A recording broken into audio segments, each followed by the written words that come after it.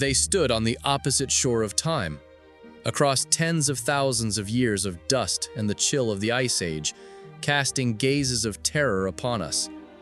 They were the Neanderthals, the most robust species among ancient humans. Armed only with their crude spears, they were capable of hunting woolly mammoths weighing up to 2 tons in close combat. However, these warriors of immense strength also encountered a formidable foe that filled them with dread: giants. If you're fascinated by these ancient clashes, don't forget to subscribe to the channel for more incredible stories from prehistory.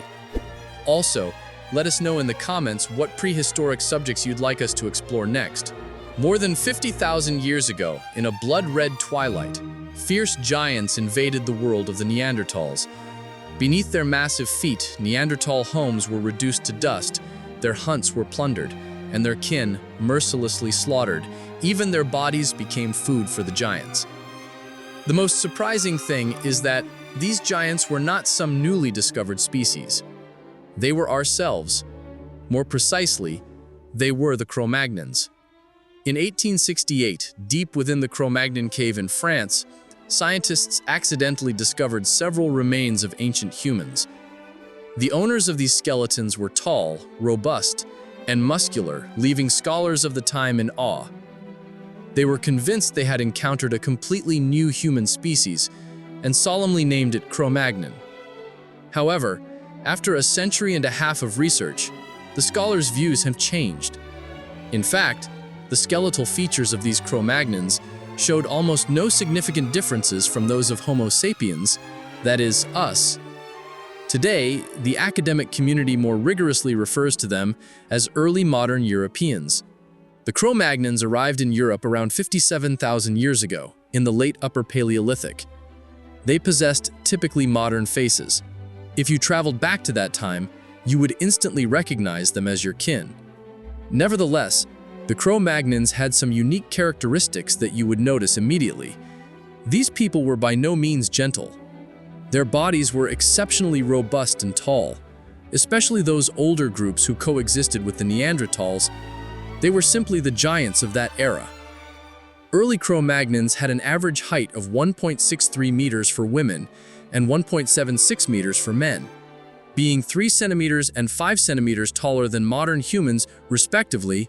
Considering that modern humans reach their current height under superior nutritional conditions, the body size of the Cro-Magnons seems even more unusual.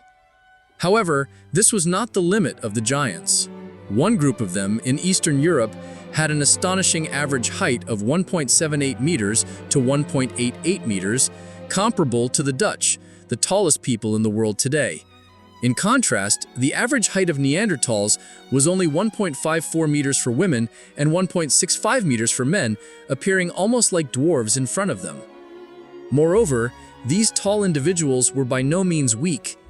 Although their skeletal morphology was similar to that of modern humans, the overall skeleton of the Cro-Magnons was more robust, broad, and dense.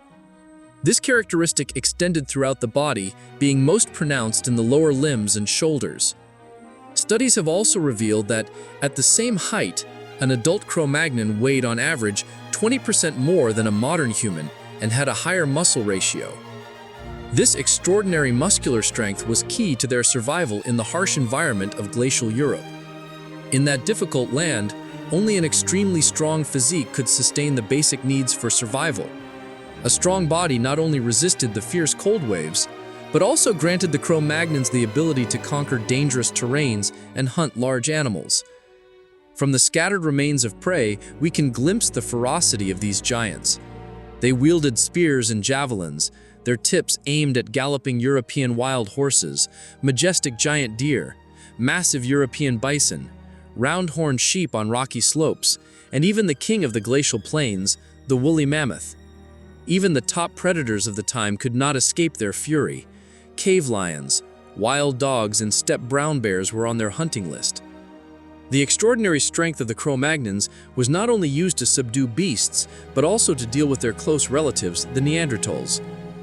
Their relationship has always been enigmatic. The Neanderthals disappeared shortly after the arrival of the Cro-Magnons in Europe, leading some scholars to consider that prehistoric warfare may have been a potential cause of Neanderthal extinction. Although academia today no longer considers war the primary factor, this does not mean that there were no conflicts or wars between the two sides. It merely suggests that Neanderthals were not so easily defeated. War and violence are not products of modern civilization, but ancient traits deeply rooted in human evolutionary instincts. We can glimpse this in the behavior of chimpanzees, our close relatives. Male chimpanzees often brutally attack males from rival groups, with patterns of behavior surprisingly similar to human warfare. This implies that cooperative attack behavior dates back at least to our common ancestor with chimpanzees. It is very likely that both Neanderthals and Cro-Magnons inherited this aggressive instinct.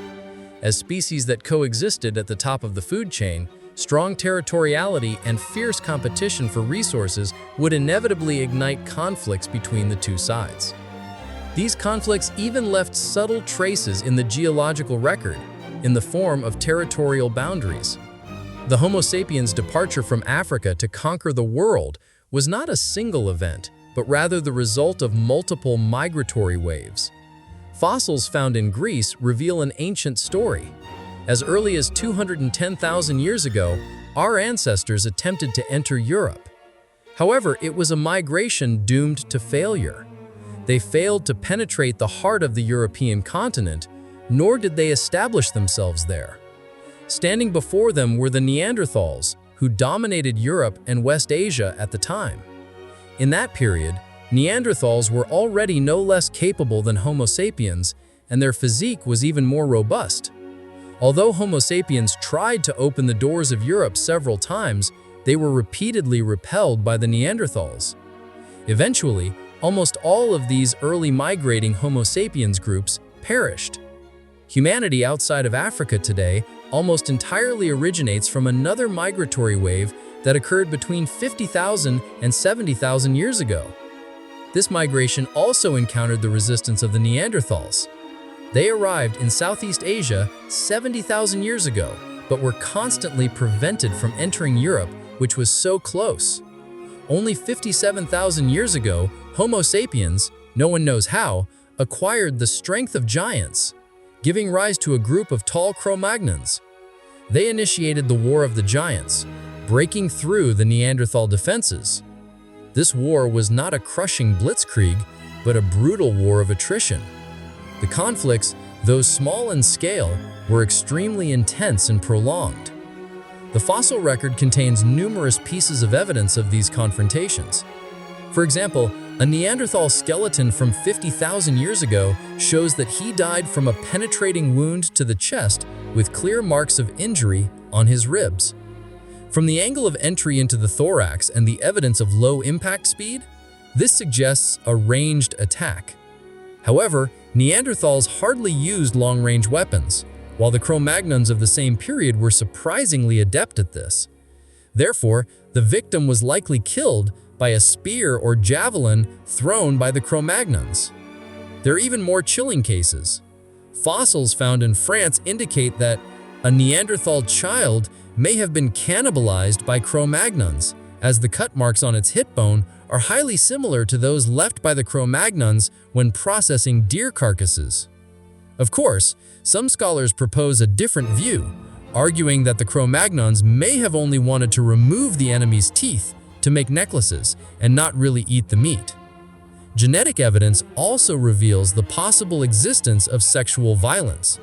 A Cro-Magnon individual who lived 40,000 years ago had a genetic makeup containing up to 7.3% Neanderthal components. This suggests that one of his ancestors, several generations back, was a Neanderthal, and this Neanderthal ancestor was likely a woman captured and taken by the Cro-Magnons. Overall, in the confrontation with the Neanderthals seem to be at a disadvantage. The root of this may not have been in size, but in intelligence. Archaeological records show that the Neanderthals' behavioral patterns were simpler compared to those of the Cro-Magnons. Although Neanderthals had a larger brain capacity than modern humans, they were deficient in cognitive and linguistic abilities. Furthermore, just in terms of brain capacity, the Cro-Magnons and Neanderthals did not have a very large difference. The average brain capacity of Cro-Magnons was 1,514 milliliters, and that of Neanderthals was 1,550 milliliters. In contrast, that of modern humans is only 1,350 milliliters. It is certain that the cognitive abilities of the Cro-Magnons were at least equivalent to those of modern humans. This is fully demonstrated in their brilliant artistic achievements. For example, the famous cave paintings of Chauvet and Lascaux in France were created by them. In addition, they showed great interest in sculptures, with the Lion Man figurine and the Venus of Willendorf as representative works. They were also talented musicians, possessing a rich variety of musical instruments, including bone flutes, whistles, bull roars, drums, and idophones. Sounds very spiritual, right? Of course, the genius of artists was also often used for killing. The weapons of the Cro-Magnons were also diverse, including spears, knives, spear throwers, javelins, nets, boomerangs, and even primitive bows and arrows. Among them, long-range weapons gave them a great advantage, allowing them to kill dangerous prey or enemies from a safe distance. In contrast, Neanderthals basically only fought in close combat, and their heavy spears of habitual use required prolonged training and a strong physique to wield.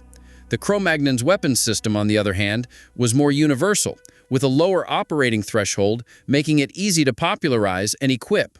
Combined with their developed language skills, the Cro-Magnons were also likely superior in tactical organization. They may have employed guerrilla tactics, harassing the shorter Neanderthals from a distance. Even more surprising is that the Cro-Magnons also mastered a fairly modern ability: trade. Despite the harsh survival environment, the Cro-Magnons rarely suffered from a shortage of resources, because their trade was not limited to sporadic exchanges, but a mature network that spanned the entire continent. The transport distance of their goods could even exceed 200 kilometers.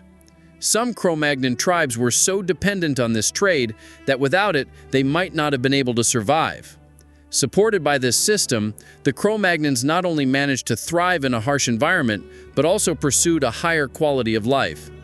Works of art, clothing, and even jewelry were traded between different settlements. Such a developed trade system greatly promoted their population growth and expansion, so that their population growth rate reached 10 times that of the Neanderthals. With the convergence of numerous advantages, the Cro-Magnons, in the long contest with the Neanderthals, gradually tilted the balance of victory in their favor. However, the irony of history is that what finally sounded the death knell for the Neanderthals was not their increasingly powerful enemy, but the merciless roar coming from the depths of the earth. About 40,000 years ago, the Campi Flegrei supervolcano in Italy suddenly awoke. The spewing flames and the sky-covering ash instantly dragged large swaths of Europe into an abyss of silence and death. This devastating ecological disaster, like a giant wave of the end of the world, completely eradicated the Neanderthals, who were already in decline at the time. So, what was the final fate of the Cro-Magnons?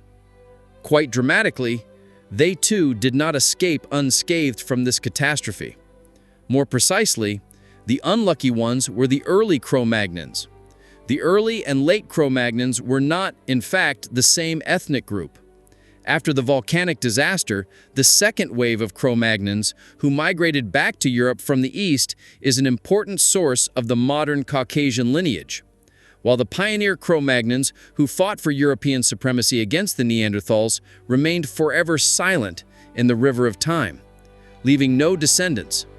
This war of the giants, which lasted tens of thousands of years, finally ended with the extinction of both champions.